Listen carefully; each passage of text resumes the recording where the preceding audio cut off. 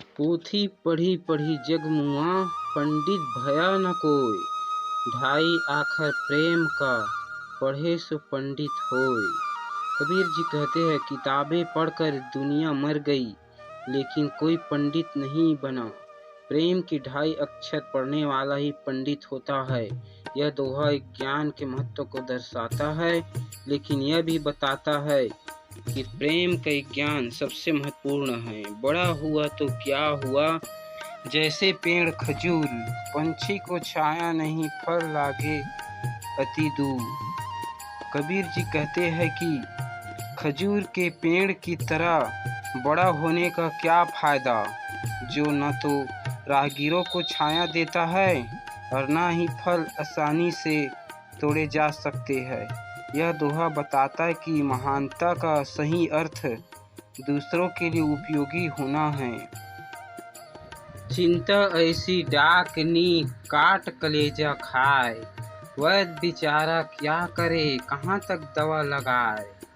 कबीर जी कहते हैं कि चिंता एक ऐसी डाकनी है जो कलेजा खा जाती है। वैद्य भी क्या करे, वह कहाँ तक दवा लगाए। यह दोहा चिंता के नकारात्मक प्रभाव को दर्शाता है। हमें चिंता से दूर रहना चाहिए। गुरु गोविंद दो खड़े, काको लागू पाए। बलिहारी गुरु आपने, गोविंद दियो बताए। कबीर जी कहते हैं कि अगर हमारे सामने ईश्वर और गुरु एक साथ खड़े हो तो हम किसके चरण स्पर्श करना चाहिए।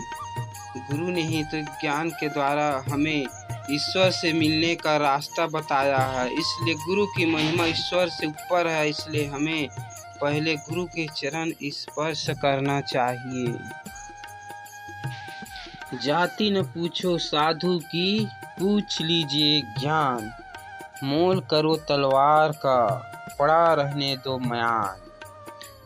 कबीर जी इस दोहे में कहते हैं कि सज्जन पुरुष की जाति नहीं पूछनी चाहिए, बस उसके ज्ञान को समझना चाहिए। जैसे कि तलवार का मूल्य होता है, ना कि उसके म्यान का।